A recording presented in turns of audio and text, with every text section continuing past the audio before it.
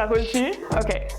Je m'appelle Dominique Léjard, puis mon prénom c'est Yel. Je m'identifie comme une personne trans, non-binaire et queer. Je suis une personne qui travaille généralement beaucoup en culture. Fait que j'ai travaillé pour le festival Fry, je suis impliquée avec la Galerie Sans Nom et je suis également responsable de la programmation pour le FICFA. Quelque chose qui me préoccupe beaucoup, c'est la notion du corps. Dans le fond, un corps, c'est juste notre vaisseau. C'est literally juste un chunk de chair, puis du sang, puis de l'eau, puis des os, puis somehow, être dans notre corps, puis vivre dans notre corps est extremely complexe et difficile et contrôlé et politisé. En tant que personne trans, j'ai une relation assez complexe avec mon corps. C'est quelque chose que je pense about all the time. Quand je pense à ce qui se passe aux États-Unis en ce moment, il y a des lois qui sont signées. C'est des lois affreuses contre les personnes trans qui jouent dans des sports. Puis il y a vraiment ce focus-là sur le corps des personnes trans. Puis je trouve ça vraiment dangereux, cette rhétorique-là. Et ça, it all comes back to, on est juste literally des corps. Puis mon adolescence, j'ai toujours été une personne qui était beaucoup in tune avec les arts et la culture. Donc j'ai su que j'étais queer assez jeune. Puis quand j'ai gradué du secondaire, je suis partie immediately à Montréal parce que Moncton était trop petit pour moi pour plusieurs raisons. Parce que j'étais juste comme une angsty queer kid. Fait que j'ai fait mes études en film studies à Concordia. J'ai coming out à moi-même et à tout le monde en tant que personne non-binaire il y a 1 an. Comme beaucoup de monde, actually, le confinement et la pandémie a permis de juste actually être avec moi-même puis prendre le temps d'être comme qui suis-je? Turns out, je suis non-binaire. Ça a été un gros chunk de cheminement que j'ai eu dans la dernière année. Je me sens encore au tout début de cette journey-là, which is great parce que la vie est un éternel cheminement.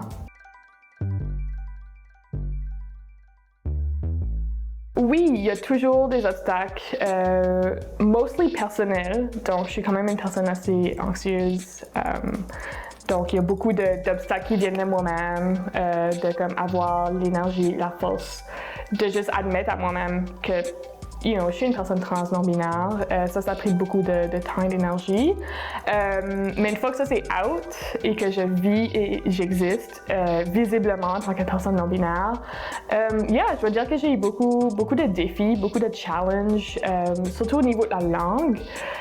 Vivre en tant qu'une personne non-binaire francophone est extremely challenging. Le pronom Yel, les gens ont beaucoup de difficultés avec ça. Puis avec la langue inclusive, non-genrée, ça pose des challenges. J'ai rencontré des médias, des organismes qui sont un peu plus compliqués à travailler avec sur cette notion-là. Ça vient mettre des bâtons dans les roues de mon cheminement personnel. C'est extrêmement difficile de se faire dire que mon prénom n'existe pas ou n'est pas valide. La francophonie est définitivement un obstacle. Les réseaux sociaux, c'est vraiment là où tu retrouves ta communauté en tant que personne trans. Si tu es privilégié et tu as beaucoup de chance, tu peux vivre dans un endroit où il y a une communauté physique. Pour moi, les réseaux sociaux, c'est là où je connecte le plus avec la communauté queer et trans. Souvent, je vais prendre un break des réseaux sociaux parce que ça suck most du temps, mais je suis comme, c'est literally là où je retrouve mes trans friends puis mes queer friends, puis j'aurais vraiment la difficulté à juste exister dans la vie sans avoir ces personnes-là à juste comme parler avec puis avoir des choses en commun. Les réseaux sociaux sont le ultimate vecteur pour la représentation trans, but il y a aussi vraiment un gros manque de visibilité, surtout en culture populaire, au cinéma. Puis quand il y a de la visibilité trans, souvent elle est problématique. Mais c'est OK, il y a du cheminement à faire encore. Il y a beaucoup de cheminement en général à faire dans la vie, puis go les réseaux sociaux.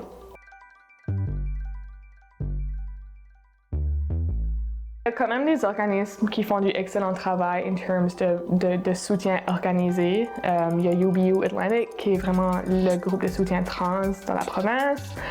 Rivière de la Fierté aussi fait du amazing travail. Mais en termes de personnellement, je feel comme si il n'y a pas une énorme communauté queer et trans ici à Moncton. Donc souvent, je me sens pas vue et entendue dans beaucoup de sphères de ma vie. Mais je suis vraiment grateful que chez moi, je me sens vue et entendue, puis que j'ai ce soutien-là.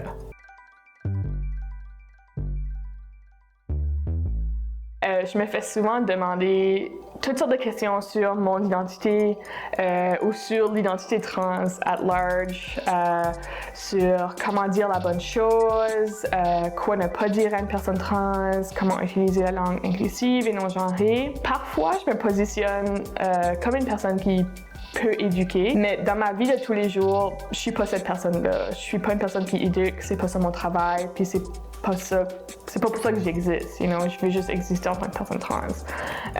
Fait que souvent j'ai juste envie de dire aux gens, il y a du travail qui a déjà été fait, il y a des textes, va sur Google, le travail est là, il existe. C'est juste une bonne habitude de prendre avec des personnes marginalisées, de reconnaître que ces personnes-là sont souvent drained, sont souvent surutilisées, sont fatiguées. Puis les personnes marginalisées ont déjà écrit des textes, écrit des guides, écrit des ressources. Puis ces ressources-là sont generally très faciles à trouver sur les internets. Utilisez Google. Google est votre ami.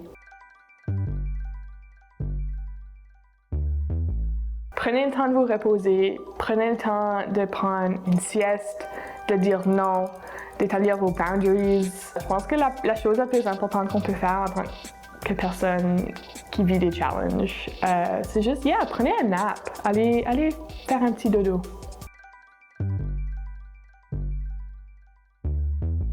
Mes espoirs puis mes rêves pour ma communauté puis la communauté at large, c'est que tout le monde se sent vu et entendu et compris, puis que quand la communauté parle, que les politiciens et hommes blancs cisgenres et autres forces qui nous challenge nous écoutent. Je pense que c'est vraiment juste la ultimate forme de soutien et d'acte politique. C'est juste, on veut juste être vu, entendu, compris, puis que you run with it.